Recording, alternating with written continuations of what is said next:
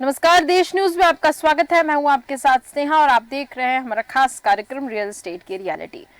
आज हम बात करेंगे उत्तर प्रदेश की। दरअसल Uttar Pradesh RERA conciliation forum एक ऐसा मंच बन गया है जो राज्य में घर, जमीन खरीदारों और प्रमोटर्स के बीच के विवादों और जमीन कानूनी मुद्दे को आसानी से हल कर रहा है।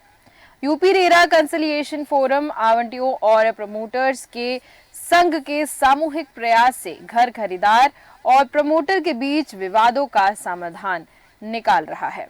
दोनों पक्षों का कंसिलिएशन फोरम में उनके किए गए समझौतों का स्वतः सम्मान करते हुए आवंटन मिलने वालों को समझौते के जरिए समाधान लागू करने के लिए किसी आगे की प्रक्रिया से नहीं गुजरना होता है। रेरा अधिनियम 2016 के लागू करने के बाद से रेरा में घर खरीदारों की शिकायतों की तुरंत सुनवाई और विवादों के आपसी समाधान के लिए नियामक प्राधिकरण की तरफ से रीजनल ऑफिस ग्रेटर नोएडा में कंसिलिएशन फोरम बनाया गया है। दरअसल ये कंसिलिएशन फोरम जो है,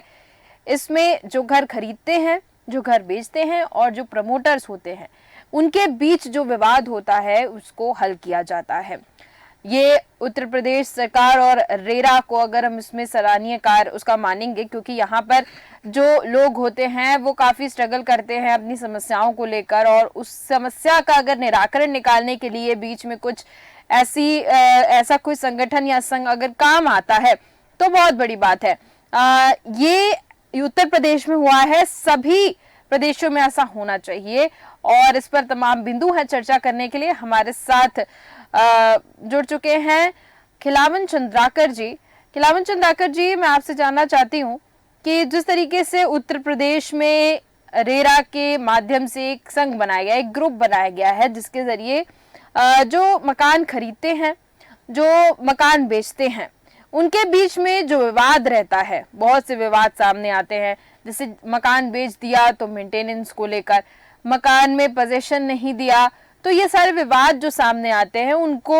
वो जो ग्रुप है वो हल करता है। ये उत्तर प्रदेश में हुआ है। बाकी भी प्रदेशों में क्या लगता है आपको कि इस तरीके के जो ग्रुप हैं वो बनने चाहिए? देखिए, उत्तर प्रदेश सरकार ने जो रेरा का कानून बनाया है जी, उससे एक तो जो उपभोक्ता मकान खरीदने वाले, फ्लैट खरीदने वाले, जमीन खरीदने वाले,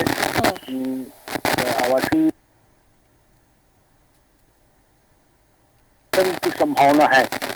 और जिस तरह से वहाँ की रेरा काम कर रही है और जिस तरह से मामले सामने आ रहे हैं, निराकरण हो रहा है लोगों की समस्याओं का, बिल्डर और उपभोक्ता के बीच में जो विवाद होता है वो हल हो रहा है, बिल्डर और सरकार के बीच में जो विवाद होता है वो हल हो रहा है। तो मुझे लगता है कि इस तरह की एक पारदर्शी तरीके से काम करने की जरूरत पूरे देश में है। और सिर्फ उत्तर प्रदेश के जो मॉडल है उसको मुझे लगता है कि भारत के अन्य प्रांतों को भी अपनाना चाहिए, ताकि जो मकान खरीदने वाले, अपने घर का सपना देखने वाले उपभोक्ता हैं, उनको समय पे पोजीशन मिल सके। यदि जो शर्तें रखी गई थी, जो नाम तय किए गए थे, उस नाम के आधार पर मकान का आवंटन नहीं हो रहा है तो उस पर रोक लगे या पूरा नाम पूरा करे, वो इस तरह की संभावनाओं को पूरा किया जा सकता है। और उपभोक्ता के हितों का संरक्षण बेहतर तरीके से करने में सरकार जो है प्रयास कर सकती है। जी बिल्कुल बिल्कुल। खिलावन जी, जो रेरा में दर्ज होने वाली कई शिकायतें होती हैं, अक्सर क्या होता है कि रेरा के पास बहुत सी शिकायतें सामने आती हैं, बहुत लोग जाके शिकायत करते हैं, बिल्डर्स के खिलाफ शिकायत करते हैं। तो इसमें रेरा ने जो एक अपने सेकेंडरी एक ग्रुप बना दिया है, जिसके जरिए लोगों की समस्या सॉल्व हो रही है, समस्या का हल निकल रहा है और बहुत सी समस्याओं का हल निकला भी है। ऐसे डेटा सामने आया है, उसमें बताया गया है कि रेरा जब सिर्फ अकेले काम कर रहा था शिकायतों को लेकर, तो जो प्रक्रिया थी वो काफी धीरे थी, लेकिन जब से सेकेंडरी एक ग्रुप बना दिया गया है जो कि काम कर रहा है लोगों की शिकायतों के ऊपर, उसके जरिए बहुत सी शिकायतें हल हो रही हैं। जैसे कि लोगों की शिकायत रहती है कि रेरा एक्शन नहीं लेता है। जैसे मध्य प्रदेश की बात करें तो बहुत से ऐसे मामले सामने आए हैं जिसमें शिकायत तो रेरा में हुई है, लेकिन बिल्डर्स के खिलाफ कुछ होता नजर नहीं आ रहा है। तो इसमें मध्य प्रदेश सरकार किस तरीके से काम कर सकती है? देखिए, रेरा का गठन जो है वो नियामक आयोग अधिनियम के तहत होता है जी। और रेरा के जो अधिकारी होते हैं या एक तरह से न्यायाधीश की तरह काम करते हैं, जो आदेश किया जाता है उसका पालन सभी पक्षों को करना पड़ता है, चाहे वो सरकार हो, चाहे वो बिल्डर हो, चाहे वो उपभोक्ता हो। तीनों पक्षों को अपने अपने तरीके से उस निर्देशों का पालन करना पड़ता है, बाध्य होना पड़ता है, अन्यथा उन पर कानूनी कार्रवाई भी की जाती है। देखिए,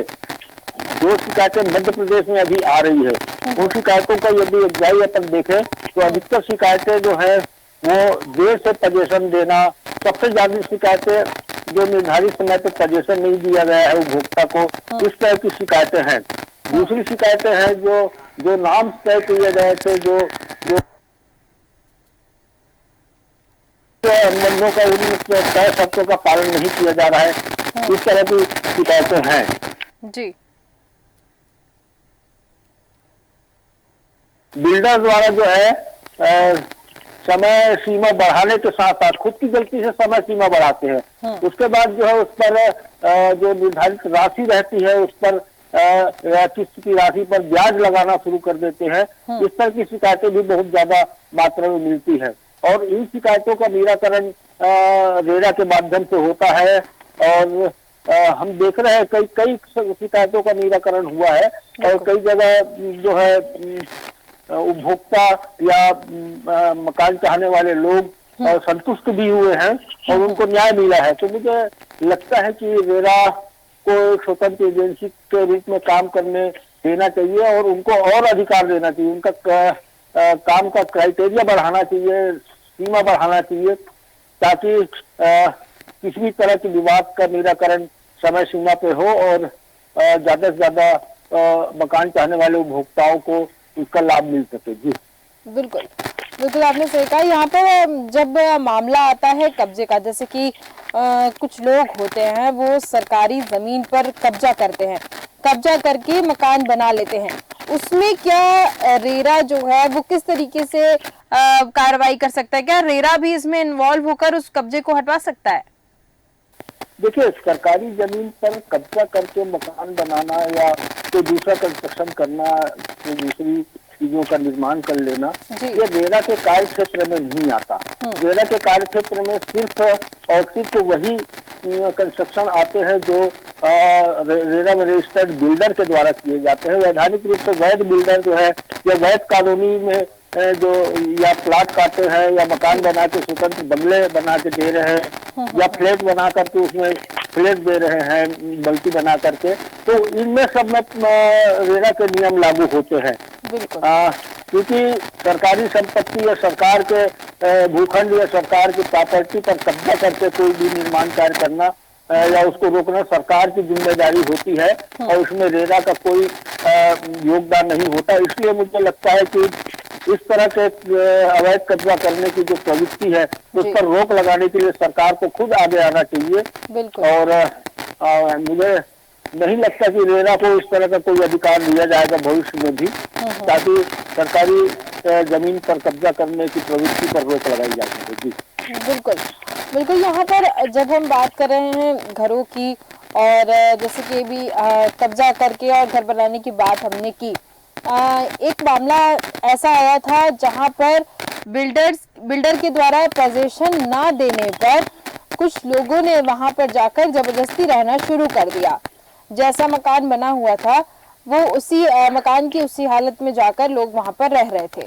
अब बिल्डर की इसमें गलती माने या फिर लोग जो जबरदस्ती वहां पर जाकर रह रहे हैं, क्योंकि पोजीशन की डेट आगे निकल चुकी थी और लोग नाराज होकर जिस हालत में घर था वो उसी हालत में जाकर वहां पर रहने लगे थे। देखिए, ये पूरी तरह से बिल्डर की त्रुटि होती है, बिल्डर की गलती होती है कि जो समय सीमा निर्धारित की जाती है उस समय सीमा में निर्माण कार्य कंप्लीट करके पोजीशन जो है वो उपभोक्ताओं को या मकान चाहने वाले लोगों को नहीं दिया जाता। ऐसी दशा में जब ज्यादा देरी होती है, ज्यादा तंग हो जाते हैं, वो कहीं से उनको मदद की संभावना नहीं रहती, तो वो जाके इस तरह का काम करते हैं और आधे अधूरे निर्माण या धीरे गति से धीमी गति से जो निर्माण हो रहे हैं, प्रोजेक्ट का, उसमें जाकर रहने लगते हैं, उसमें कब्जा कर लेते हैं, उसमें जाकर रहने लगते हैं। लेकिन ऐसी शिकायत नहीं आई है कि अवैधानिक रूप से कोई दूसरा आवंटन हुआ है और कहीं दूसरी जगह जाके रह रहे हैं। ऐसी शिकायतें तो नहीं मिली है। जो उनको आवंटन जो निर्धारित रहता है, जो जिस नंबर का फ्लैट या जिस नंबर का मकान उनको इलाज भविष्य में होने रहता है और अधूरा रहता है, क्योंकि देखिए आवासीय आवश्यकता एक बड़ी आवश्यकता हो गई आजकल लोगों की, और उस आवश्यकता की पूर्ति के लिए वो किसी भी हद से गुजरने के लिए उपभोक्ता तैयार रहते हैं, क्योंकि बहुत बड़ी धनराशि देकर वो फ्लैट बुक करवाते हैं या उनकी किस्तें लगातार देते रहते हैं। उसके बावजूद समय सीमा में जब उनको पोजीशन नहीं मिलता या मकान उनको नहीं मिलता या फ्लैट उनको नहीं मिलता, तो इस तरह के आक्रोश उनमें मन में रहता है। उस आक्रोश को दूर करने के लिए वो निश्चित रूप से जाकर उस पर जबरिया कब्जा कर लेते हैं। जी बिल्कुल बिल्कुल, आपने देखा जैसे हम उत्तर प्रदेश की बात कर रहे थे, तो उत्तर प्रदेश में रेरा कंसिलिएशन फोरम बन चुका है, लेकिन मध्य प्रदेश में तो ऐसा कुछ बना नहीं है। मध्य प्रदेश के अगर हम शिकायतों, क्योंकि रेरा की जो शिकायत है अगर उस पर हम जाएं और पूरा डेटा निकालने की कोशिश करें तो आधी से ज्यादा शिकायतें जो हैं वो पेंडिंग पड़ी हुई हैं। रेरा बिल्डर्स के खिलाफ शिकायत जो है उस पर कार्रवाई करने में इतना समय क्यों लगाता है? आखिर देखिए कुछ कुछ जगह तो जल्द ही, जैसे बिल्डर्स जो जाने माने बिल्डर्स नहीं होते हैं उनके खिलाफ कार्रवाई जल्दी हो जाती है, लेकिन वो बिल्डर्स जिनका नाम होता है शहर में या प्रदेश में, जिनका खूब नाम होता है, उनके खिलाफ रेरा एक्शन लेने में बहुत समय लगाता है। तो फिर हम मान सकते हैं कि बिल्डर्स के ऊपर प्रशासन की तरफ से एक अच्छा खासा सपोर्ट होता है।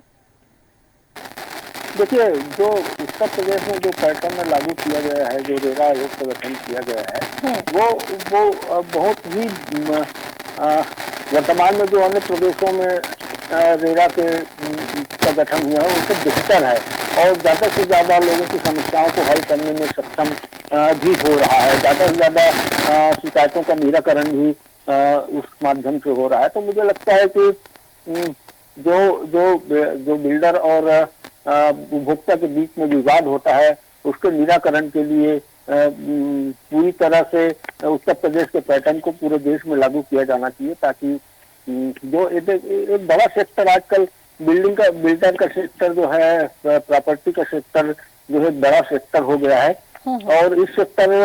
में ज्यादा से ज्यादा पूंजी निवेश भी हो रहा है, ज्यादा से ज्यादा लोग इससे जुड़ रहे हैं। और देश में जो हालांकि सरकारी योजनाएं भी, प्रधानमंत्री आवास योजना जैसी योजनाएं भी चल रही हैं, उसके बावजूद देश में जो आवास की आवश्यकता है जितनी संख्या में, उसकी आपूर्ति के लिए जो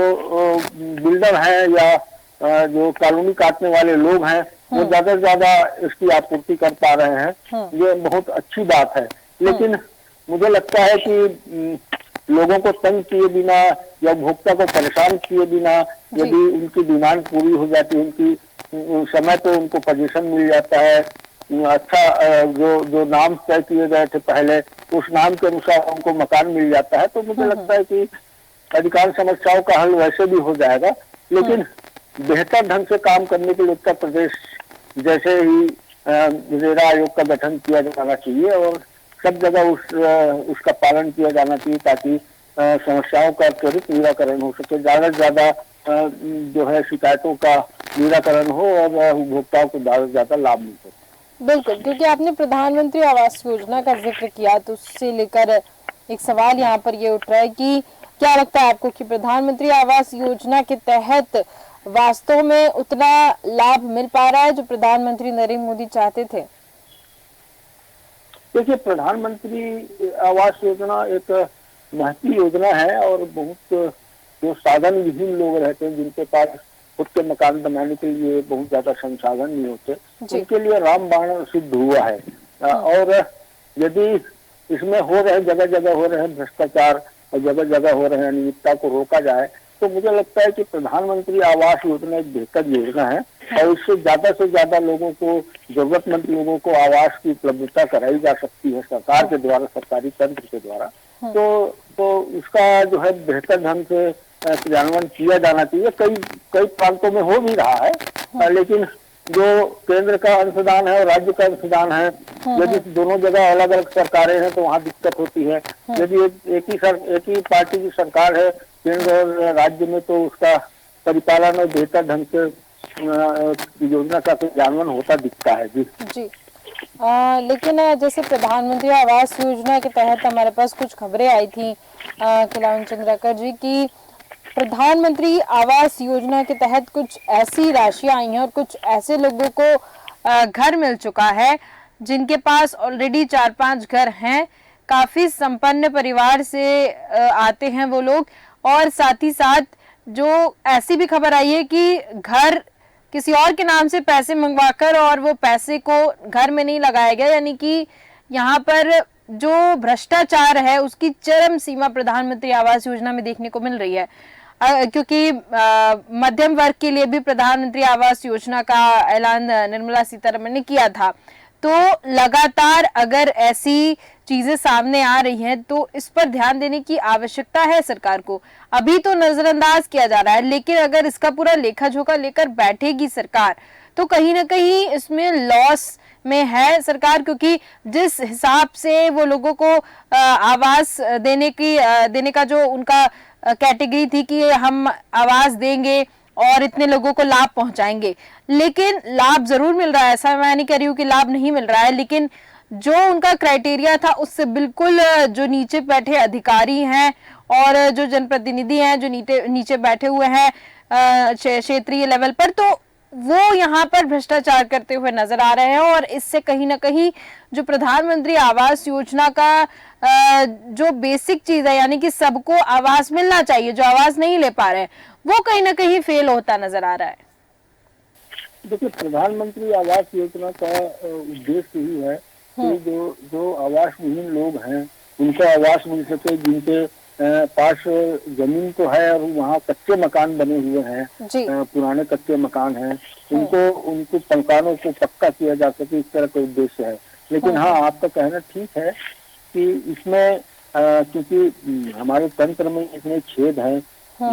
जो जरूरतमंद लोग हैं उनको उसका लाभ न मिल के, कई जगह जो है जो सक्षम लोग हैं जिनके ऑलरेडी कई मकान हैं शहर में या और अन्य स्थानों पर, उनको भी आवास का आवंटन किया गया है या उनके भी मकान जो है प्रधानमंत्री आवास योजना के तहत बने हैं। तो ये योजना का की कमी नहीं है, ये कमी है इसके क्रियान्वयन के लिए मैदानी स्तर पर जो लोग रखे गए हैं उनकी कमी है। उनके द्वारा भ्रष्टाचार किया जाता है या उनके द्वारा अनियमितता करके ऐसे अपात्र लोगों का चयन कर लिया जाता है जो और उनको लाभ दिया जाता है प्रधानमंत्री आवास योजना का। निश्चित रूप से सरकार की एक बड़ी धनराशि का इसमें अपव्यय होता है और जरूरतमंद लोगों को जो लाभ पहुंचना चाहिए वो जो है गैर जरूरतमंद लोगों को, अपात्र लोगों को लाभ मिल जाता है। जो निश्चित रूप से कहा जाना चाहिए कि सरकार की धनराशि का दुरुपयोग है, योजना की एक बड़ी कमी है जिसको दूर किया जाना। निरंतर मॉनिटरिंग के द्वारा ज्यादा से ज्यादा मैदानी स्तर पर कर्मचारियों पर नियंत्रण रख के इस पर काबू किया जा सकता है और एक महत्वपूर्ण योजना है, अच्छी योजना है। इससे जो है आवास की कमी, देश के लोगों के पास जो आवास की कमी थी उसको दूर करने में मदद मिल रही है। तो मुझे लगता है इसका क्रियान्वयन जो है बेहतर ढंग से हो और बिना कोई पाटलिपि के इसका आवंटन हो, उसका लाभ जरूरतमंद लोगों को दिया जाए, ये सुनिश्चित करना चाहिए सरकार को। जी बिल्कुल बिल्कुल। एक आखिरी सवाल है, उसका जवाब मैं चाहूंगी आपसे कि जैसे तमाम लोग आजकल रियल एस्टेट का बिजनेस आपने देखा होगा बहुत बढ़ता हुआ नजर आ रहा है, कहीं ना कहीं रियल एस्टेट के बिजनेस के पीछे जो भ्रष्टाचार होता नजर आ रहा है उससे बिल्डर्स को बहुत फायदा भी हो रहा है। साथ ही साथ अगर मैं राजनीतिक पार्टियां लूं तो उनको भी कहीं ना कहीं बिल्डर्स फायदा करवाते हुए नजर आते हैं। अब इसमें बीच में फंसते हैं लोग। रेरा की हम बात करते हैं, रेरा में जाकर शिकायत करते हैं, लेकिन शिकायत का कोई मतलब नहीं निकलता है। अगर शिकायत हो रही है तो उसका कोई एक्शन भी नहीं देखने को मिलता है। बात अगर होती है जब मीडिया तक खबर सामने आती है तो भी बिल्डर्स के खिलाफ एक्शन लेने में शासन प्रशासन को काफी देरी हो जाती है। यहाँ पर बीच में एक आम नागरिक फंसता है और एक आम नागरिक कभी भी कोर्ट कचहरी से हमेशा बचते हुए नजर आते हैं। वो अपना समय इन सब चीजों में व्यतीत नहीं करना चाहते हैं, लेकिन इससे कहीं ना कहीं लोग जो हैं वो जब ये खबरें सामने आती हैं और अक्सर लोग जो हैं वो बिल्डर्स के झांसे में हमेशा आ जाते हैं, ना लेआउट प्लान देख पाते हैं, ना ही देख पाते हैं कि बिल्डर को मंजूरी मिली है या फिर नहीं मिली है यहाँ पर घर बनाने के लिए, प्लॉट्स बेचने के लिए, और सिर्फ घर लेने की होड़ में, प्लॉट लेने की होड़ में या फ्लैट की हम बात करें उसको लेने के चक्कर में, और क्योंकि सबको अपना घर चाहिए होता है उसके चक्कर में ये कहीं ना कहीं बिल्डर्स के आड़े फंस जाते हैं और इनके पास कोई उपाय नहीं बचता है। अंत में अगर शासन प्रशासन का बुलडोजर चल जाता है तो उसके बाद सिर्फ और सिर्फ घाटा तो नागरिकों को ही होता है। तो इस पर क्या एक आम जन जो होता है, एक आम आदमी जो होता है, क्या हल निकाल सकता है इसके पीछे? ठीक है, रियल इस्टेट का बिजनेस जो है, सेक्टर जो है बहुत व्यापक फैलता जा रहा है और जो पूंजीपति लोग हैं, जो सक्षम लोग हैं, जिनके पास पर्याप्त धनराशि है, ऐसे लोग इसमें लगातार जुड़ते जा रहे हैं। और मुझे लगता है कि प्रत्येक सेक्टर में, चाहे कोई भी सेक्टर हो, व्यवसाय का कोई भी क्षेत्र हो, उसमें कई ऐसे लोग घुस जाते हैं जो सिर्फ लाभ कमाने के लिए और उपभोक्ताओं को ठगने के लिए ही होते हैं। तो ये रियल एस्टेट के सेक्टर में भी कई ऐसे लोग जो घुसे हुए हैं, जिनके पास शासन की पर्याप्त अनुमतियां नहीं होती, मात्र जो है वो नामांतरण करवा के या आवासीय उपयोग के लिए भूमि निर्धारित करके आवासीय प्लाट काटना शुरू कर देते हैं। लेकिन मुझे लगता है कि वो जो घर चाहने वाले उपभोक्ता है उनको बहुत सजग रहने की जरूरत है और उन्हें हर तरह की अनुमति को देखना चाहिए, उनको हर तरह के वैधानिकता पर जो है परख करना चाहिए कि जिस कॉलोनी में या जिस क्षेत्र में वो मकान ले रहे हैं या जमीन ले रहे हैं या फ्लैट, जिस बिल्डिंग में फ्लैट ले रहे हैं, उनके पर्याप्त अनुमतियां ली गई है कि नहीं ली गई है, जिसमें आधुनिकता का जिसमें पूरे नाम का पालन किया गया है या नहीं किया गया है, इन सब बातों को देखना और सुनना पड़ता है। मुझे लगता है कि इसमें पूरी तरह से जांच परख करके ही इस तरह के काम को अंजाम देने की जरूरत है। और बिल्कुल आपने ठीक कहा खिलावन चंद्राकर जी की ध्यान देने की आवश्यकता है और जांच परख करके ही कुछ कदम उठाने की आवश्यकता है, क्योंकि बिना जांच परख किए अगर आप मकान या घर खरीद रहे हैं तो कहीं ना कहीं आप फंस सकते हैं। बहुत बहुत धन्यवाद खिलावन चंद्राकर जी हमारे साथ जुड़ने के लिए और तमाम जानकारियां देने के लिए। तो हम उत्तर प्रदेश की बात कर रहे थे कि हाल ही में वहां पर एक संगठन बनाया गया है या कह सकते हैं ग्रुप बनाया गया है जहां पर शिकायतें आती हैं और शिकायतों को अच्छे तरीके से सॉल्व करके हल कर और लोगों की समस्याओं को हल कर वहां से निपटारा किया जाता है। ऐसे ही कुछ संघ जो हैं वो बनने चाहिए, हर प्रदेश में बनने चाहिए और इससे सिर्फ और सिर्फ फायदा होगा तो नागरिकों को होगा, क्योंकि कहीं ना कहीं इसमें बिल्डर्स भी कुछ एक्शन लेंगे तो सोच समझ के लेंगे, क्योंकि उनके पास जो लोग हैं उनके पास एक संगठन मिल चुका है जो उनकी समस्याओं को हल करता हुआ नजर आएगा। इससे जो रियल एस्टेट की हालत चरमराई हुई है वो भी यहाँ पर सही होती दिखेगी। तो फिलहाल के हमारे इस खास कार्यक्रम में सिर्फ इतना ही। देखते रहिए देश न्यूज। नमस्कार।